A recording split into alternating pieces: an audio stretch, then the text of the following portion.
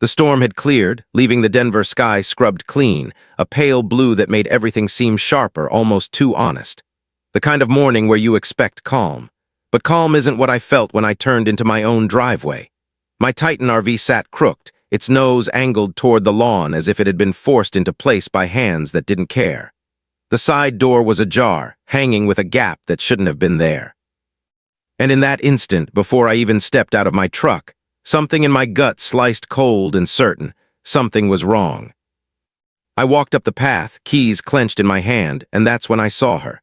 Karen HOA president. Loud, commanding, a woman who lived off the sound of her own authority. And there she was, stuffing cloth bags into my RV like it was hers, barking orders as if she'd rented it out for a summer trip. "Bob, grab the cooler," she shouted to her husband, who moved like a man wishing he could melt into the ground. And their son, Tim, 19, skinny shoulders, guilty eyes, stood at the edge of the driveway, looking at me like a kid caught in someone else's crime. Then Karen turned, pointed straight at me, and with the confidence of someone who had already written the script, she shouted, "It's rented. You can see the paperwork, officer. He's lying. He's here to steal it." Her voice cracked across the air, shrill, insistent, and before I could answer, her thumb danced over her phone. 911. She called with the kind of ease only someone who used emergency services as their personal hammer could muster. I froze, my hands stayed open. My face calm, my feet planted. Because I knew what was coming, and I also knew one truth: loudness can move faster than facts. 2 patrol cars rolled up within minutes, lights strobing blue against the quiet street. My neighbor Lee leaned over his fence, waving paperwork like a man trying to cut through fog with paper. "Marcus lives here," he called. "That's his RV. He's got a permit." His voice strained, honest, but already being swallowed by Karen's noise. Sergeant Harland stepped out of the lead cruiser. He had that look, jaw set, eyes narrowed, suspicion already favoring one side. A man who, like the world, sorted fast into guilty and innocent. And right now, his gaze said I was leaning guilty. "Sir, keep your hands where I can see them. Step away from the vehicle." His words were flat, final. I complied, palms raised, but my eyes drifted to the latch of my RV's door. Fresh pry marks glared silver in the sunlight. Steel exposed where paint should have been. Someone had forced their way in. "Look at the door," I said, my voice low, even. "Those marks weren't there this morning. That's forced entry." Harlan didn't blink. He wanted Karen's story, not mine, but the rookie trailing him, Officer Dale, hesitated. He looked at the latch, then at me. Still stiff in his new jacket, the kind that hadn't broken in yet. He was green enough to look, to question. I moved carefully, pointing to the cup holder inside my RV. "That's a relay device," I explained. Small, sleek, the kind thieves use to trick a car into thinking the key is nearby. "They put this near the fob, it fools the signal, lets them start the engine like it's theirs." Karen's voice cut sharp behind me. "He's armed, he's threatening us, look at his hands." Her words cracked like a whip calculated to draw blood. For a moment everything teetered. Harlan's hand went for his cuffs. Dale's eyes darted between us. Neighbors held their phones up, recording, waiting for a moment to explode. And then I saw Tim. The boy's eyes flickered with guilt, fear, something breaking inside him. I softened my voice. "Tim," I said gently, "you okay?" His lips parted. He looked at his mother, then at me. His voice came out small, like glass under pressure. She said it would make a point. She said if we took it, you'd learn that you didn't care about the neighborhood, that it'd prove her right." The truth slipped out of him like it had been waiting all along. Karen's face snapped hard. "See, he's bullying us, he's dangerous," she shrieked, her noise clawing to cover the cracks forming in her story. I steadied myself, my voice calm but iron. "I'm FBI." The words landed heavier than any shout. Silence snapped across the crowd. Harland froze, his hand still hovering near the cuffs. My badge hung at my belt, glinting in the sun. "Special Agent Marcus Reed," I said. "That's my RV. Those are prime marks. That's a relay device. And this," I pointed to the jiggler jammed in the ignition, still smelling of grease and panic, "is evidence of an attempted theft." Karen's smile faltered. Bob's shoulders sank. Tim's face crumpled. For the first time that morning, the noise didn't win. The silence after those 3 words, MFBI, hung in the air like smoke after a gunshot. Everyone froze. Sergeant Harlan's eyes locked on my badge, his certainty wobbling. His hand twitched away from the cuffs, but his jaw stayed tight, like a man unwilling to admit he'd already picked the wrong side.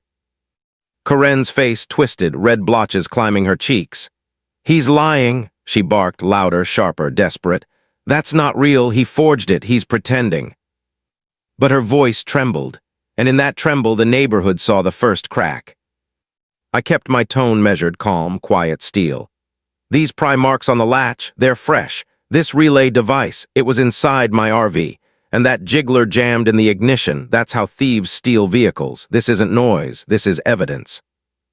I placed each word like a stone, heavy and undeniable. Dale, the rookie, leaned closer to the RV, his eyes wide. His breath fogged the window as he studied the jiggler. He didn't need convincing anymore, the truth was in the metal. Karen's husband, Bob, shifted uncomfortably behind her. His hands fidgeted at his sides, eyes downcast, like a man wishing he could fold himself into the ground. And Tim, poor kid, looked like his guilt was eating him alive. Then, before the weight of truth could settle, the sharp growl of a diesel engine cut through the air. A tow truck rolled up, the HOA logo plastered across the door like a badge of false authority. Its boom arm lifted, metal joints whining. Karen's eyes lit up. She clapped once, sharp and triumphant. Finally, community safety. The operator stepped out, clipboard in hand. His uniform looked official, his face carefully blank. He shoved paperwork toward Harlan. "Authorized HOA tow, signed off." I stepped forward, blocking the path to my RV. "Private driveway," I said, calm but firm. "You don't have authorization here. An HOA letter isn't enough. This is theft, and you know it." The driver avoided my eyes. "I got orders, paperwork says tow." Harlan squinted at the clipboard. The paper looked neat, stamped, even signed. Bureaucracy has its own kind of weight, and I saw him wobble again, torn between noise and law. Karen stood behind the operator, smiling like a queen watching her pawns march forward. For a moment I felt my pulse thud hard in my neck. This was their play. Not just noise, paperwork, fake authority, the kind that chews up truth under seals and signatures. "Stop hooking the vehicle," I warned. But the operator didn't stop.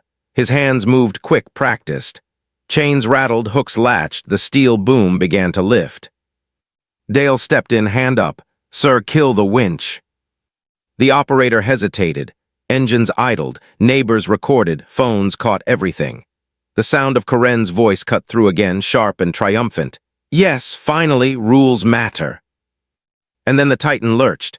The tow truck pulled, the RV rolling an inch forward. My jaw tightened. This wasn't an argument anymore, this was action. I stepped between the boom and my RV, palms out. My voice dropped low, clear, deliberate. "You tow this, and you're part of a theft, caught on camera, on record, tied to a federal investigation." The operator's throat bobbed, sweat beaded his forehead. For a second he froze, and then, against all reason, he pulled the lever again. The Titan rolled forward another foot. Dale barked, "That's enough." His voice cracked across the air like a gunshot. Somewhere sirens wailed in the distance. State troopers, maybe, backup. My team's pings had already gone out, the immobilizer inside my RV sending alerts before the tow even hooked on. I knew help was coming. But Karen didn't. She thought she'd won. She threw her arms wide, smiling as if the neighborhood would cheer. "See, this is how order is restored." Lee, my neighbor, shouted from over the fence, voice hoarse with anger. "Karen, your safety flyer still has last year's date on it. You don't have authority." The tow truck crawled forward, engine straining under the Titan's weight. The neighborhood was caught in a tableau, phones raised, mouths tight, hearts thudding. And for a beat, it looked like Karen's noise had swallowed everything. But I let the Titan roll, just far enough, just long enough, because what Karen didn't know was simple. The RV was a decoy. Its immobilizer had logged every tamper, every false start, every second of its unauthorized move, and my team was already tracing the tow's route. Karen's smile widened as the RV disappeared down the street, her voice ringing like a victory bell. Finally, justice. But what she didn't know was that her victory was nothing but bait. The tow truck rolled south, its taillights blinking like arrogant signals cutting into the evening. I let it go, shadowing from a distance, my unmarked vehicle slipping behind with Tors and Kim already moving into position. The Titan wasn't just an RV, it was bait, wired with an immobilizer and trackers that pulsed like quiet heartbeats, each signal painting a trail across the city grid. Beside me, the air smelled of rubber and tension. Every turn the tow truck took, every alley it slid through, it was all too deliberate. Not toward an impound lot, not toward an authorized yard. It was heading somewhere else, somewhere darker. The back roads grew emptier, lined with cracked warehouses and rusted fences. Streetlights blinked, some out, some stuttering like nervous eyes. And then the truck slowed. Ahead, tucked beneath a sagging overpass, sprawled a copper-flat storage yard, a graveyard of rigs with missing windows and stripped frames. It smelled of oil, gasoline, and wasted lives. The tow truck swung in, confident, too confident. This wasn't their first time. "Troopers moving," Tor's voice came over the radio. Calm, clipped. I could hear boots crunch gravel even through static. The yard shifted as if alive. Men and women in plain jackets stepped out of shadows, startled by the sweep of headlights. A door banged, metal clanging sharp. Someone ran. "Hands!" I shouted as I jumped from the car. My voice carried the weight of command, but the runner bolted anyway, duffel clutched in his hand. He sprinted down a line of broken rigs, leapt a puddle, slipped on oil. The bag tore open, spilling a flood of stolen key fobs onto the ground like cheap candy. Tors cut him off at the gate. The man faked right, went left, then crumpled face first into an air hose. By the time I reached him, knee to his shoulder, his breath came in short, panicked gasps. "It wasn't my idea," he wheezed. His eyes darted toward the Titan. "She said the HOA had it covered, said to make it look like junk, said the owner was a problem." "Who?" I pressed, my voice flat, steady. He shut his eyes, shame twitching across his face. "Karen," she said, "make sure it goes south." Her name landed like a hammer. Kim's voice called from the shed. "Agent Reed, we've got a burner, same number chain." She held up the phone, its cracked screen still glowing. Around us, troopers moved like a tide. They cuffed the tow operator, dragged another man out of a shack, greasy and trembling. Evidence piled quick, a list of vehicles, contracts, memos with HOA letterheads, and at the heart of it, a voicemail recording. Karen's voice, sharp and familiar, cutting through static. "Make sure the rig goes south. We'll handle the parking fines later." There it was, her noise turned into evidence. I looked at the Titan, my Titan, parked crooked among stripped shells of other people's lives. Inside, the decoy systems had done their work. Logs blinked with tamper timestamps. Every false start, every jiggler scrape, every GPS ping, ironclad. But my eyes caught something else. A small box stacked among electronics. Inside, key fobs, dozens, each tagged, each traced back to stolen cars across the city.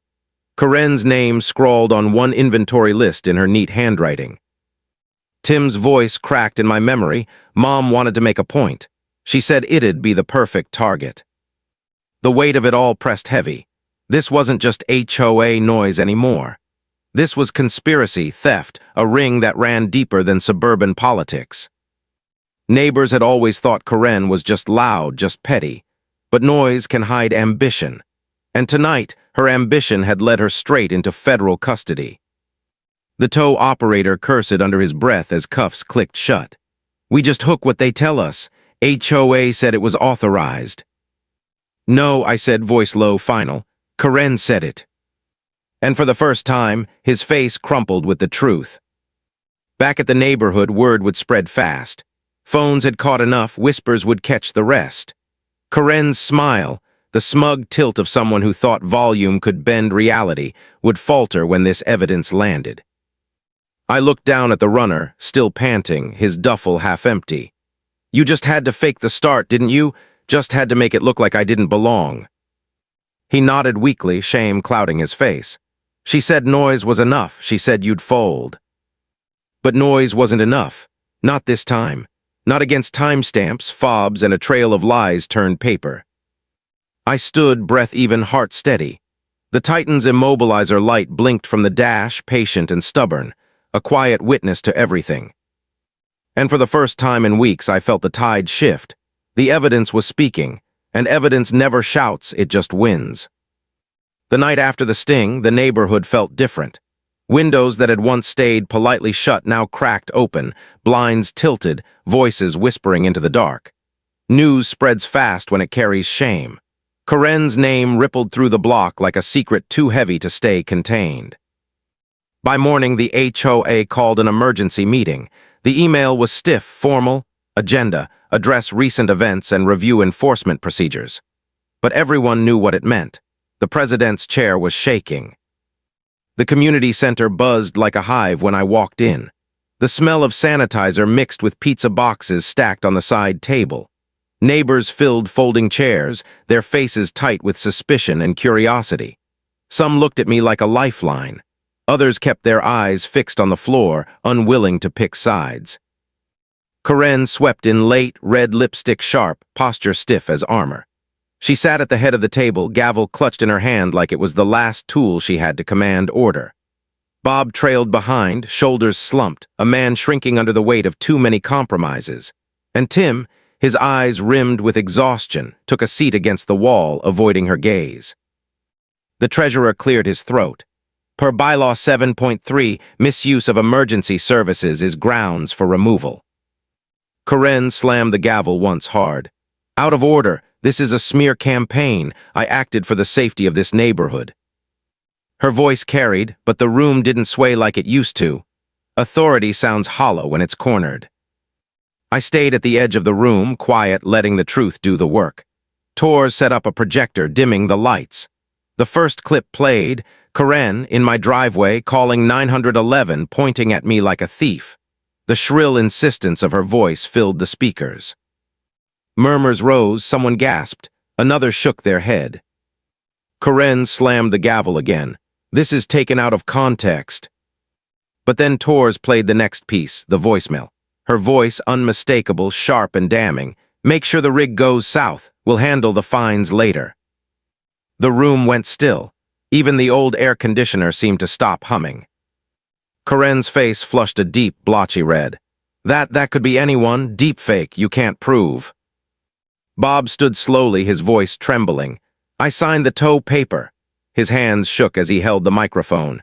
She told me it was routine, said it was just paperwork. I didn't know. His throat tightened. He turned to their son. Tim, I'm sorry, son. Tim's voice cracked, small but steady. I helped. I was wrong. He lives here. Mom lied. His words hung like confession in a church. The room shifted, neighbors leaning forward, their eyes sharper now, some nodding, some pressing lips tight against shock. From the back, Marjorie, knitting needles resting in her lap, spoke softly but firmly. Karen, you told me just last week you liked a world with checkboxes. Well, here's one. Did you call the tow company? Karen's eyes darted, desperate. I'm the HOA president. I have authority. No, I said finally, stepping forward, my voice even. You can enforce bylaws. You cannot break the law. For a moment, no one spoke. Then a single hand lifted, tentative but certain. Motion to remove the president. Another hand followed, then another, until the tide of hands rose like a wave, steady, undeniable. Karen's gavel slipped in her grip. The vote was counted. And just like that, the authority she had wielded so loudly was gone, not with shouts but with paperwork. Her face hardened, eyes scanning the room as if daring someone to look away. Then, rigid, she rose from the chair, back straight, as if pretending it wasn't a walk of shame. Bob followed, silent. Tim stayed behind, head bowed, as if finally free of a leash. The treasurer folded the minutes into a file. The record stands, removal confirmed. It wasn't triumph, it wasn't cheers. It was quieter, heavier. A neighborhood realizing how close it had come to letting noise rule over truth. But the fallout didn't stop with Karen. Sergeant Harland sat in the back of the room, his uniform stiff, his jaw tight.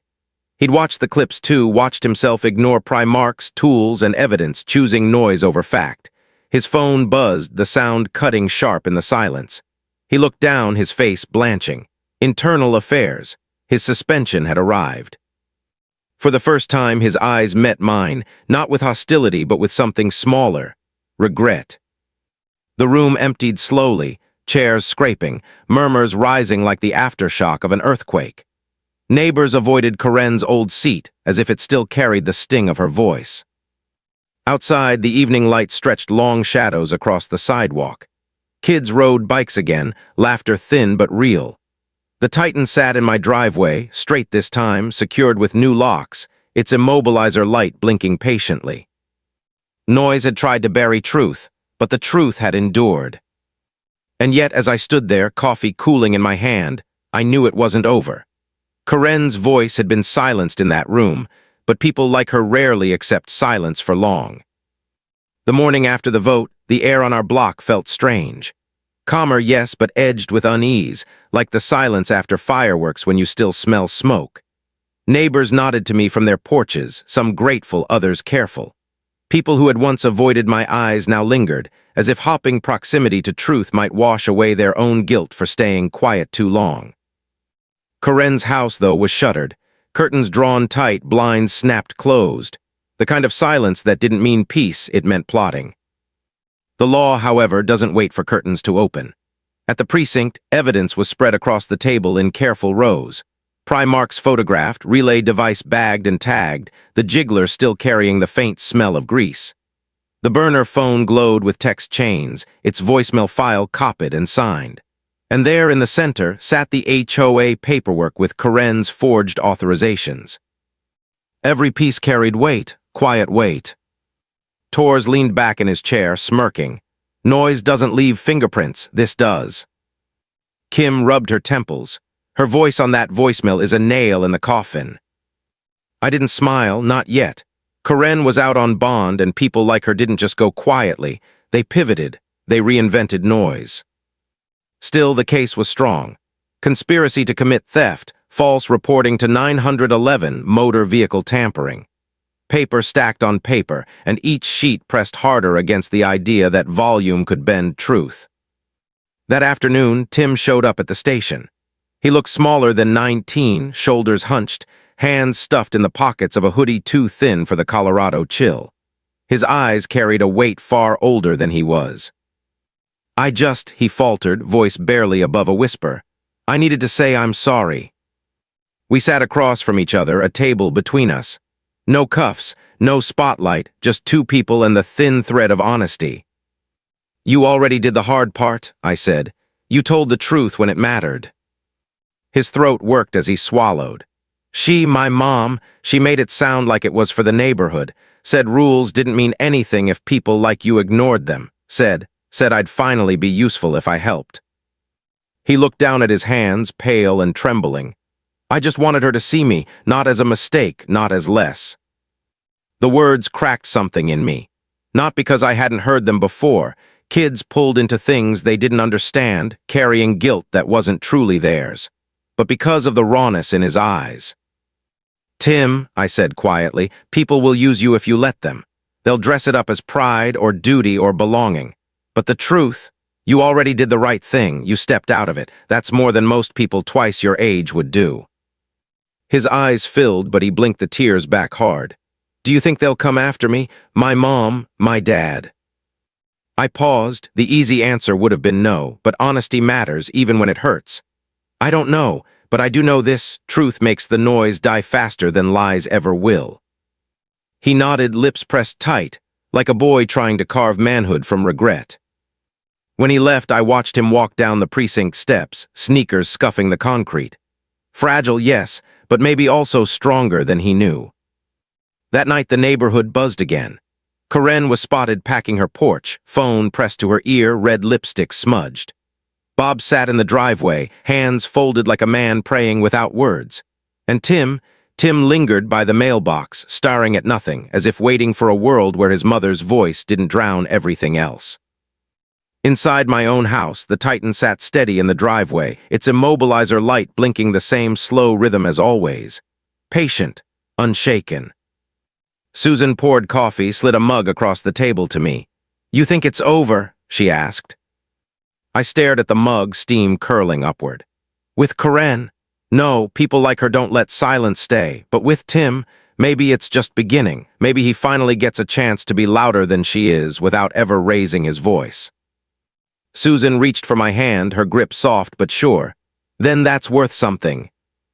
I nodded, because in a world full of shouting, a boy learning that truth carries more weight than noise, that was more than something. That was hope. The more we sifted through the paper trail, the clearer the pattern became. Karen hadn't just improvised chaos, she'd planned it. Buried in HOA files, hidden under routine committee reports and safety memos, sat authorization forms with signatures that didn't match, invoices routed through odd accounts, and late-night emails sent from burner devices instead of her registered line. On the surface, they were ordinary, lines of text, dates, stamps, but when pieced together, the lies glowed like neon against the page. Kim spread the documents across the table, her finger tapping a margin note. Look here. The tow was supposedly authorized by the HOA manager, but the email originates from a private Gmail account. Guess who set that account up? I leaned closer. The recovery record showed the name, Karen Dinkle. Tors chuckled dark. She didn't even bother hiding it. Noise makes people sloppy. It wasn't just sloppiness, it was arrogance. Karen believed her voice was enough to cover everything, and for a while it had worked. But evidence doesn't bend. We pushed further. The security company contracted by the HOA had gaps in their books, extra patrol hours logged on nights when Karen claimed to be home. Invoices marked community safety enhancements, lined up perfectly with nights the relay device pinged near neighborhood vehicles. When we subpoenaed the owner, he arrived with a smile too white and a handshake too rehearsed. We just provide services, he said. The HOA tells us where to go. Who signs the orders? Kim asked. He hesitated, glancing down. Usually the president. And if the HOA doesn't pay? I pressed. He shifted in his seat, sweat beading at his temples. Sometimes someone covers it, a favor, you know, small communities. His ledger slipped under our hands. Expenses that didn't align, names scribbled in margins, payments routed through accounts not tied to HOA funds. One note in particular stood out, written in a hurried scrawl. KD, cover if HOA denies. Karen's initials. The room felt tighter, the air heavier. This wasn't just abuse of power. It was deliberate manipulation, twisting neighborhood trust into a personal empire. Later that night, I walked the quiet streets of our block. Houses glowed soft in the dark, families eating dinner, kids tucked into bed, dogs barking at nothing. Normalcy. That's what Karen had risked for the thrill of noise and control. At her house, the curtains twitched, a shadow paced. Her voice floated faintly through the night, sharp and insistent, still arguing into a phone even when no one was listening. Bob's truck sat parked, engine cold. And Tim, he sat on the porch steps, hood up, staring at the street. He didn't wave, he didn't look at me. Just sat there, small and hunched, like someone learning what silence felt like after living under a storm. The next day, the evidence pulled us deeper. The relay device carried partial prints. One belonged to a man moonlighting as a technician for the same security company. His records showed access to HOA storage, where lockpicks and jiggler sets were kept for maintenance. Sloppy, showy, almost like Karen wanted a spectacle, not just a theft. Kim leaned back in her chair, rubbing her chin. She didn't care about hiding it. She wanted everyone to see. The tow, the cops, the argument in your driveway, she wanted the neighborhood to watch.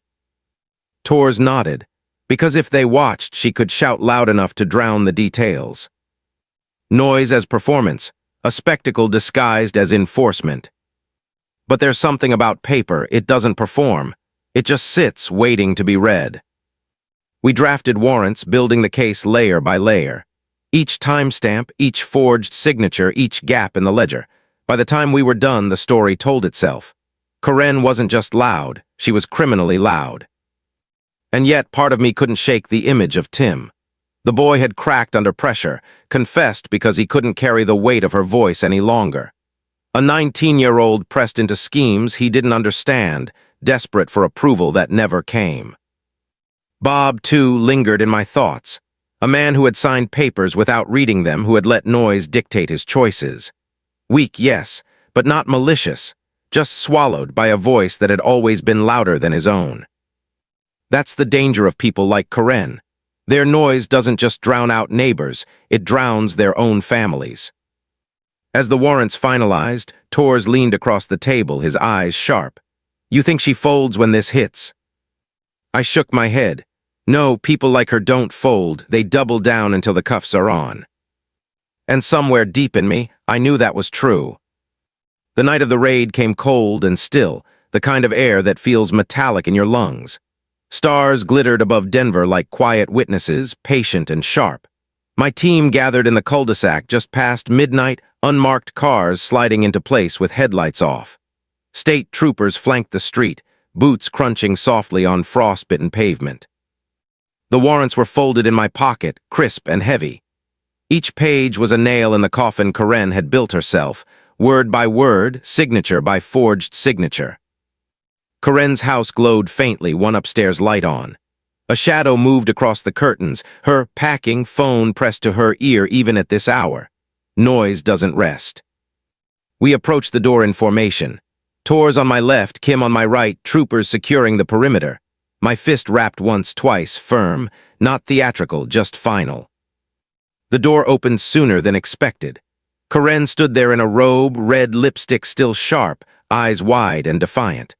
Behind her, Bob hovered like a ghost, pale and small.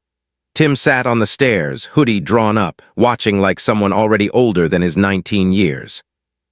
"You have no right," Karen snapped before I could speak. "This is harassment. I'm the HOA president." "Not anymore," I said, voice calm even. "We have warrants. You can cooperate or you can resist and make it worse." Her chin lifted, eyes flashing. "I acted for community safety. You twist everything. You're making this about me." "No," I said, "you made this about you." For a beat, the silence between us felt like a rope pulled taut. Then Bob stepped forward, laying both hands gently on her shoulders. His voice cracked, low but clear. "Karen, just do what they ask." It was the first time I'd heard him speak with anything resembling authority. Karen flinched as though struck by a small kindness, then jerked her shoulders away, eyes blazing. But the defiance faltered. Troopers swept inside, moving methodically. Drawers opened. Boxes were pulled from closets. In the garage, Tors lifted a plastic bin labeled Community Fest Supplies. Inside sat a relay kit, wires coiled neatly beside lockpicks and jiggler sets. A receipt was tucked inside, purchased through the HOA's event budget, signed by Karen herself. Small, stupid, perfect. When Tors held it up, Karen's face twisted, fury warring with disbelief. "That's not mine, you planted that." Kim emerged from the basement with another box, this one filled with ledgers and printed emails. "Handwriting matches the lists we seized at the yard," she said, her initials on every page. Evidence stacking higher, heavier, louder than any shout. Karen's voice rose, shrill, desperate. "This is a witch hunt. You're humiliating me in front of my neighbors." As if on cue, a porch light flicked on across the street. Then another. Curtains shifted. Doors cracked open. Neighbors leaned out watching. The same neighbors she had lectured, fined, and intimidated. Now they stood as silent jurors, their eyes reflecting every ounce of her unraveling. Tim slid down the last step, sitting on the floor with his back against the wall. His face was pale but calm, almost resigned. He looked at me, not at her. And in that glance, I saw a boy learning that silence sometimes meant freedom. Bob stood rigid, hat clutched in his hands, shame carved into his features. He didn't defend her. Not this time. When the cuffs clicked around Karen's wrists, her scream tore through the night, high and furious. "You're destroying me. This is my neighborhood." "No," I said quietly, guiding her toward the door. "This neighborhood belongs to the people you tried to drown with noise. You mistook loudness for law. Tonight, the law speaks back." Outside, the cold air bit sharp as cameras blinked from porch corners. Neighbors recorded, not cheering, not gloating, just watching. Witnesses. Karen twisted, her face a storm of rage and disbelief. But every shout, every accusation, every demand was smaller now. The noise had shrunk. Tim stayed inside, head lowered, hands gripping his knees. He didn't move to stop us. He didn't cry. He just exhaled like someone finally freed from holding his breath too long. Bob followed us to the doorway, stopping there. His voice cracked as he whispered, not to me, not to anyone, just to the cold night. I thought she meant well. Sometimes the saddest truths are the quietest. As Karen was loaded into the cruiser, neighbors whispered in clusters, their words blending with the hum of engines. Phones caught everything, the cuffs, the boxes of evidence, the fallen queen stripped of her crown. And through it all, the Titan sat across the street in my driveway, its immobilizer light blinking steady. A silent witness to how far noise will go, and how far truth must follow to stop it. The courtroom didn't hum with noise the way Karen's meetings used to. It was colder here, structured. Every sound mattered, shoes on tile, papers shuffled, the deliberate words of the clerk. Authority in its purest form doesn't shout, it speaks through order.